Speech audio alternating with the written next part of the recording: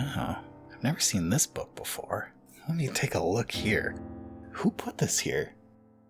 What is that book you have there? Oh, Caleb, I didn't see you there. This one I don't recall putting on the shelf. Maybe Roberto put it here? That's been in my private collection for a while. It's a good one. Some interesting stories of daring do, etc. I'd, read the first 20 pages, and if you don't like it, put it down, and you'll like it. You'll like it. Okay, well, I will take a look. Janus Bertelsen has been traveling in the countryside, selling his wares to people from village to village. Just before he gets to this small town in the northwest corner of Gilbland, a storm breaks out.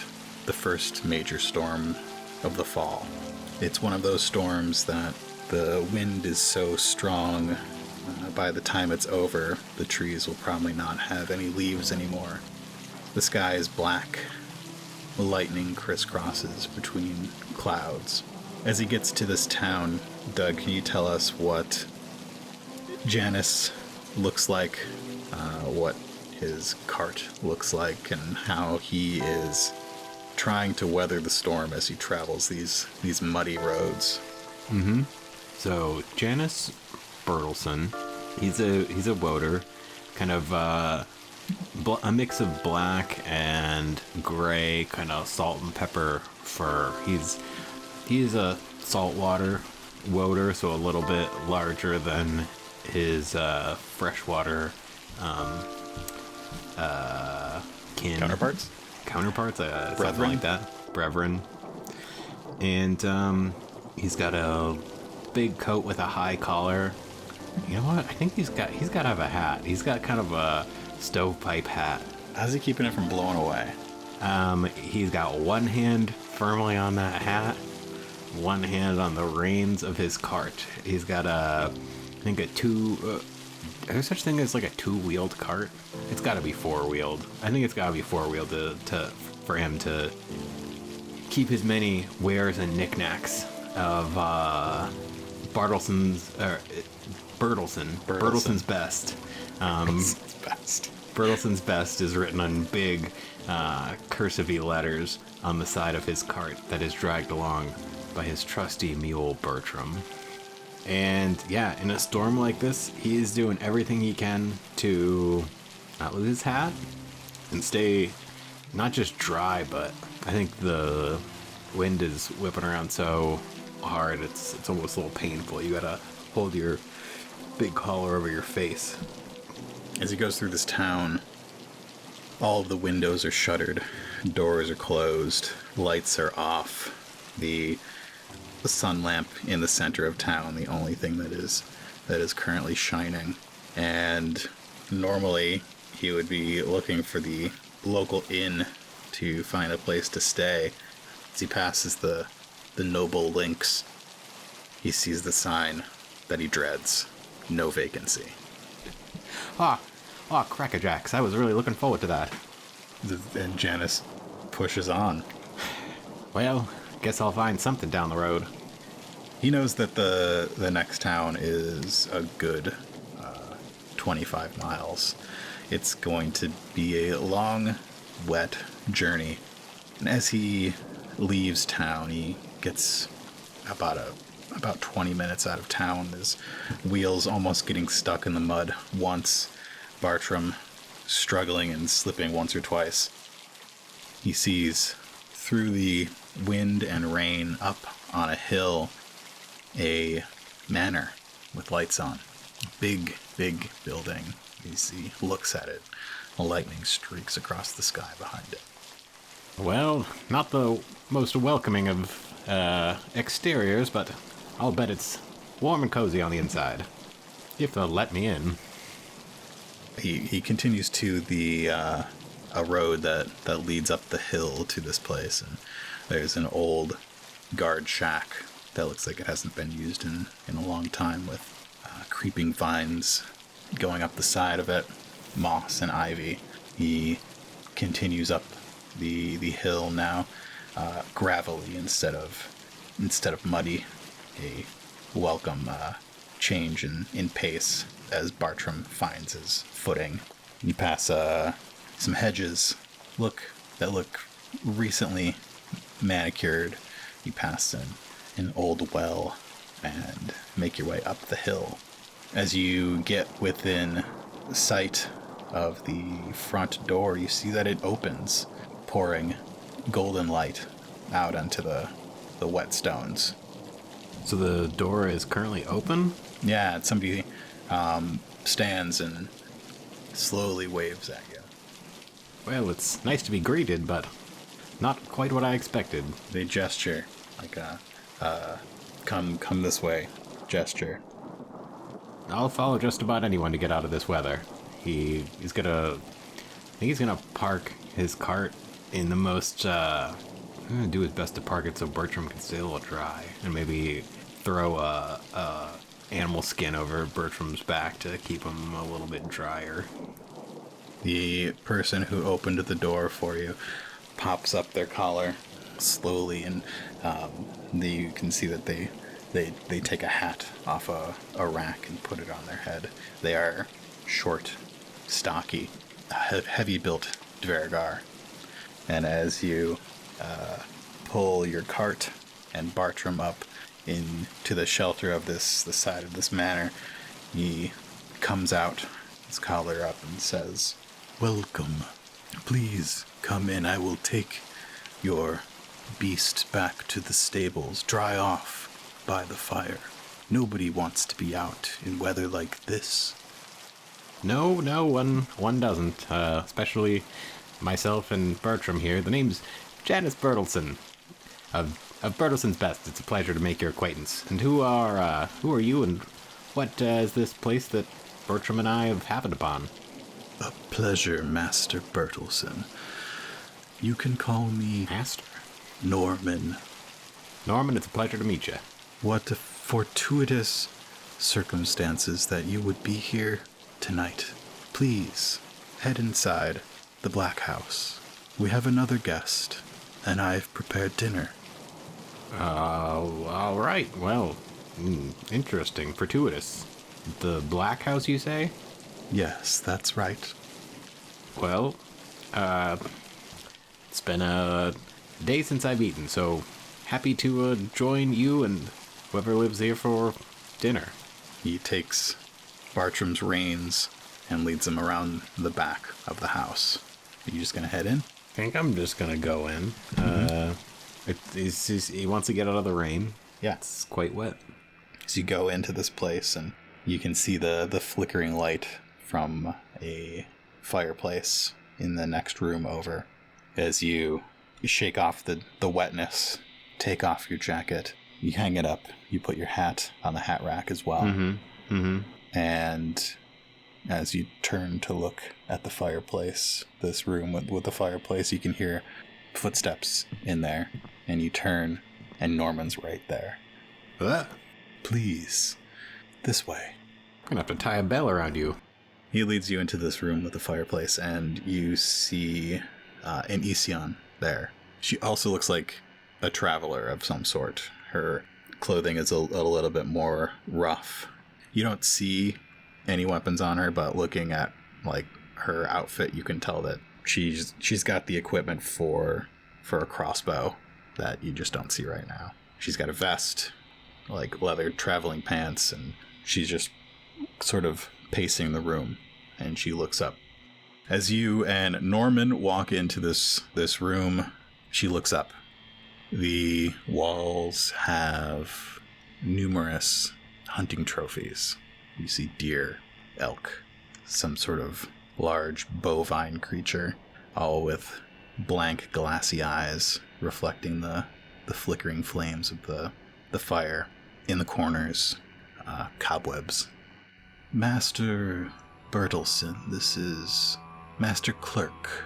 She will also be joining us tonight. Dinner will be served shortly. In the meantime, please make yourself at home, and the two of you can get to know each other. Should you need anything, I am only a call away. Thank you so much, Norman. It's really generous of you. And are you our host this evening? Ah, no. The Widow Black and her son, Hunter, will be with us for dinner. And whenabouts will that be? Shortly. Shortly, eh? Well, all right.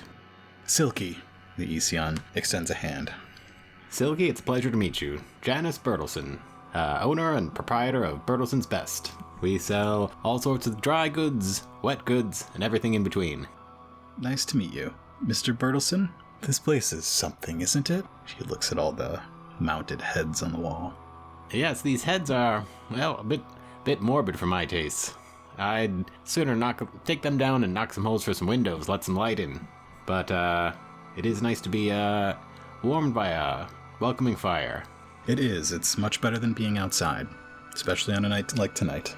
I'm used to sleeping outside, but I saw the light. I had to come up this way. So, what's your profession? Where do you come from? What brought you here? I'm a traveler, mostly. I take odd jobs here and there. I'm originally from one of the peaks south of High Reach. I've guarded caravans if you're looking for anybody to travel with you. I'm good with a crossbow, good at negotiating as well, though I assume you are too. I'm not too shabby at negotiation, and as far as hiring and protection, if any of these heads on the wall come to life, I'll make sure I throw a few pieces of silver your way. Well, you could just grab that beast right over there if you need it. She gestures over the fireplace where there is a 8-foot-long sword. Boy, that sword's about twice the length of me. Indeed it is. I've never seen anybody big enough to carry that thing. Well, let's hope we don't. Well, we've been left to our own devices. Shall we? Janice looks around. Is there, there's probably no, hors d'oeuvres. There's probably, a bottle of brandy or something and some upside-down glasses. I don't think... there's... You spot a dusty bar, I think, as you look around. There are some old bottles behind it. I guess not really a bar. What's the old-timey, It'd be a cart. Yeah, it's you spot a dusty old serving cart. Some bottles below with some glasses. What's your pleasure? I can make just about anything. He takes takes out 2 bottles and starts pouring them into a cup. What is that, Gilder gin? Yes, you can smell the juniper. I'll have a short glass of that. However you like to make it. 2 fingers coming up. Mine are quite thick. She takes the glass from you. What are you making for yourself? He's got brandy on the mind. It's the warmer for the cold weather. Pours himself a little neat inch. As you pour it, and as you bring it to your lips, you hear the voice behind you. Dinner is served. Yeah. Please follow me. Of course, sure. Norman leads the 2 of you through a very dark hall, at the end of which you can see a light flickering in a room. And you get to the end of this hall, it opens up into a dining room. You passed a couple open doorways on your way in. Couldn't really see too much in them besides hearing the clattering of windows in the fierce weather outside. The sound of streams of water pounding against the glass. As you get into this room, you see a long table set up with candles along the center. There is food set out on platters in the middle of it, and it's a table set for 8. There are 2 other people in the room as you get there. A human woman wearing all black, and a young boy, probably 10 or 12. The boy is sitting at the table already, and the woman, as Norman stands at the door with his arm extended for the 2 of you to pass into the room, she says, "Welcome to the Black House. Please, have a seat. I'm happy to have the 2 of you out of the rain tonight. Make yourselves at home. Have some food. Norman's made the best for us tonight." Well, don't mind if I do. But first, I'd like to introduce myself directly to our host. Introductions are in order. I am Atra Black, and this is my son Hunter. Hunter sort of looks up. What a pleasure to be hosted by such generous individuals. The name is Janice Bertelson. Silky Clerk. Well, it's nice to meet you both. Please, have a seat. Janice takes a seat, takes a look at all the food. The candles on the table don't quite reach the edges of the room, which are shrouded in darkness. There's a large glass doorway that looks like it may lead out into a garden on the east side of this room. The opposite wall has paintings. It looks like family paintings. You can see one of this woman, a much younger boy who was probably Hunter, standing next to her, and on the other side, a tall, lanky man. Atra is wearing this black dress with a high collar and puffy shoulders. Her hair is long, black, and straight. Her son is less formal looking. He is already eaten the food. He's started early. He's hungry, but he's eating it slowly. What do we got? What do we got on the table? This is another place show. We got to describe this food in detail. I don't think this came up, but are these people are just regular old humans? Yeah, they're humans. I said humans. Did you? Okay. I just assume that if I don't remember, it's because they're humans. What's on the table here? Well, I'm going to tell you the things on the table that have piqued Janice's interest the most are some coastal delights, some seafood. Is there maybe like a tray of some steamed clams with like garlic and seasoning? It's just like not a ton because there's only 4 of them, but enough that he might finish off about half of this serving. Sure, yeah. And I think we are location-wise. I described it as the northwest, so we're near Point, which is a coastal town. So yeah, there can definitely be some seafood delights. I think there are some roasted potatoes, little red potatoes. There's some sort of roast meat of some sort, and Norman cuts into it and serves it up, and it is very bloody. Some asparagus, maybe. Yeah, there's got to be some kind of a veggie. What part of it's fall? It's a roasted squash. We love squash. Yeah, It's like big acorn squash. yeah, buttery, some like brown sugar and cinnamon on top of that.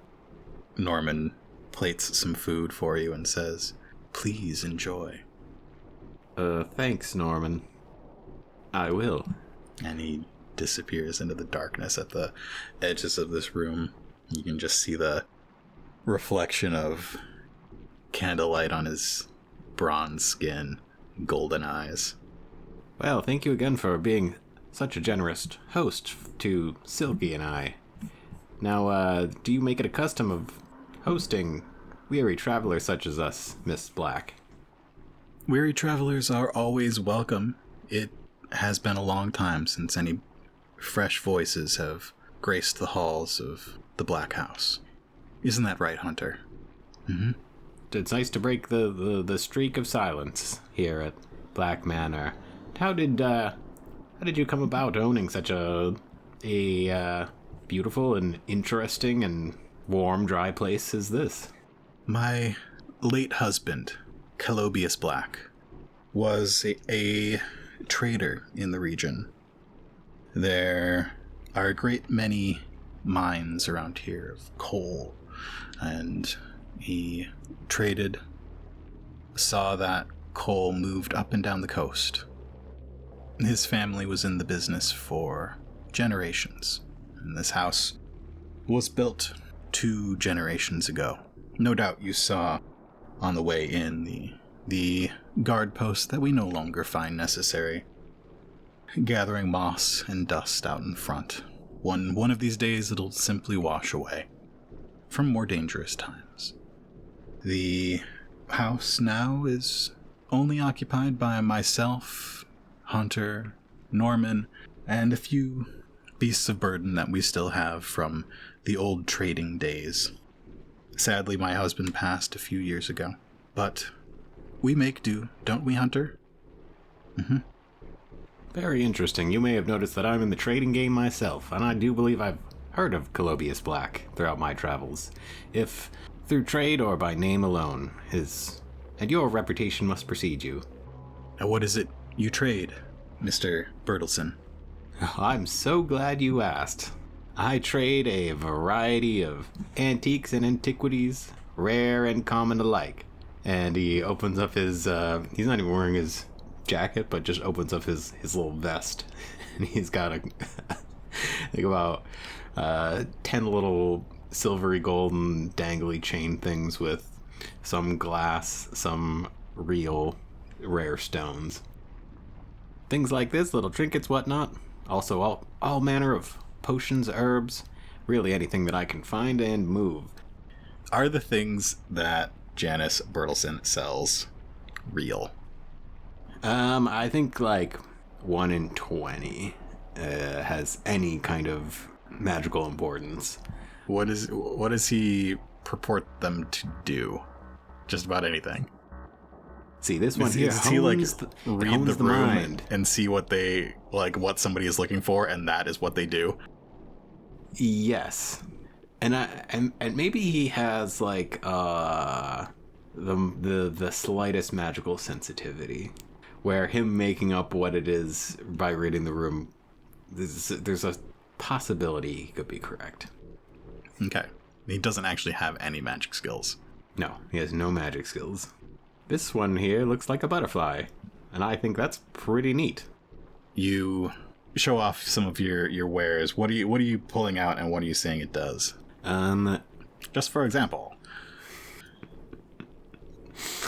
He pulls out a amulet that has it's silver, and it has like a greenish stone that's like a piece of polished jade, and it has a little serpent that circles around it, and he says, I'm told that this could make you immune to illnesses, venoms, poisons, etc., hence the snake. This one over here it's said to put one's mind at ease. It has a very dark stone that kind of changes color depending on the light. Now these are just trinkets. Labradorite. I've got... What's that? It's labradorite. Labradorite, I've got other things in my, in my bag. Rings, etc. Things, potions, drinks that'll help you sleep. Got this powder. Just beautiful dreams all night long. All right, give me a vigilance check. Okay, our first roll of the game. And let's make it an average check with a setback, because you are paying attention to the person in this room who might be buying stuff from you. I'm not good at vigilance. And I don't think I have any talents that can help me out here. What talents do you have? I have deep pockets, hamstring shot, counter offer, clever retort, and customer service experience. What knowledge skill did you choose for counteroffer? Lore. Okay. Yeah, no, you don't have anything that'll add it right now, though. Or add anything right now. Okay. So I am rolling and just hoping I get lucky. A failure and 2 threats. That's not good.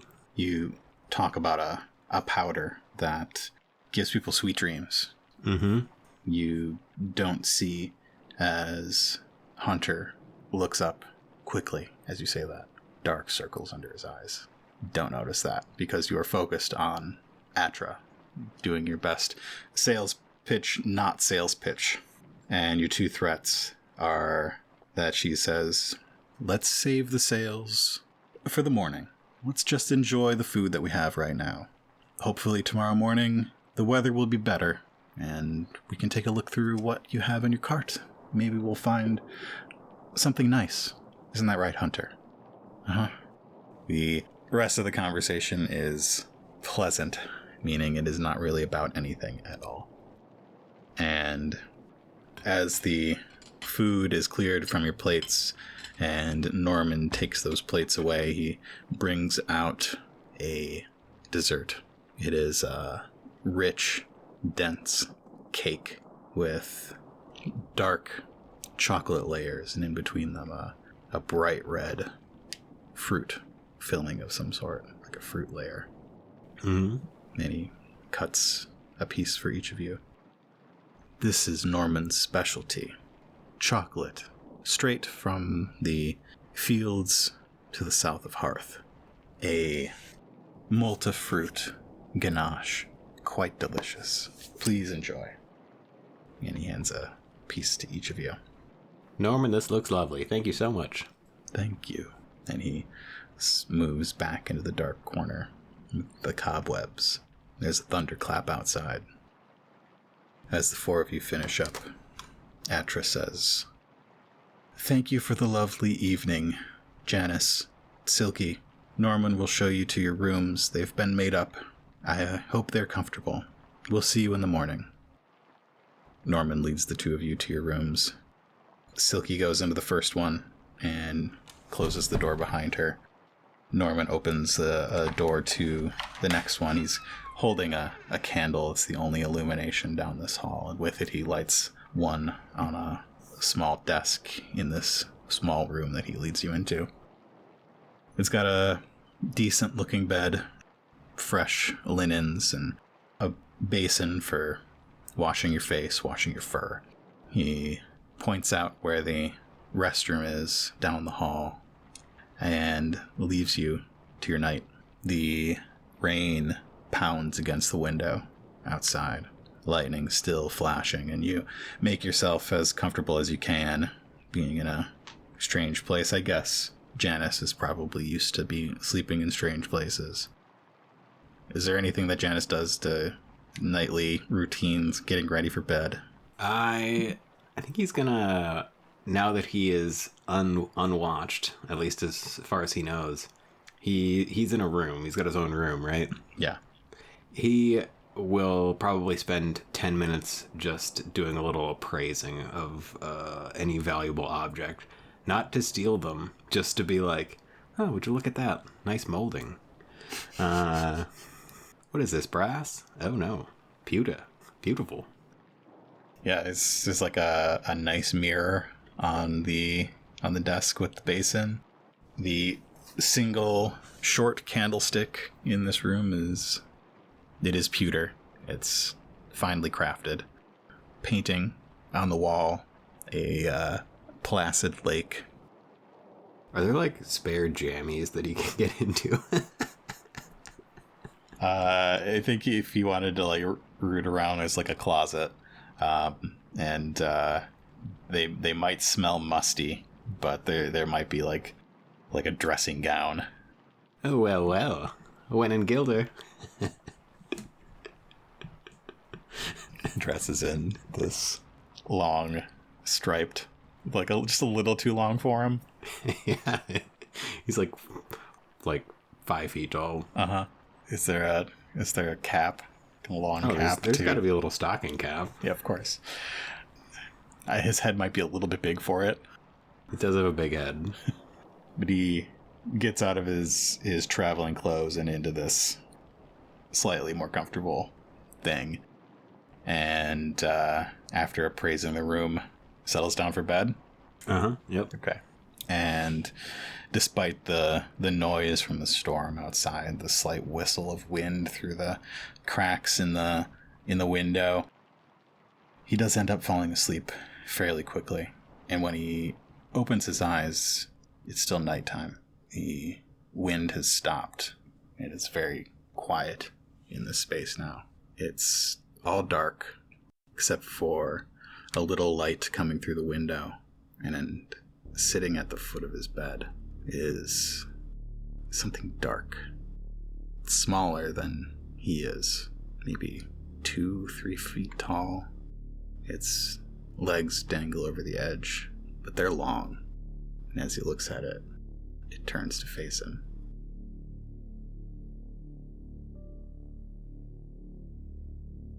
Thank you for listening to this episode of Tales from the Grey Library. Thanks to Doug for playing on this episode. Check out Doug's art at voidboy.art. Tales from the Grey Library is produced by Nightcast Creative. To learn more about us and the podcasts we make, visit nightcastcreative.com. If you like Tales from the Grey Library, be sure to listen to its parent podcast, The Other Place, wherever you listen to podcasts.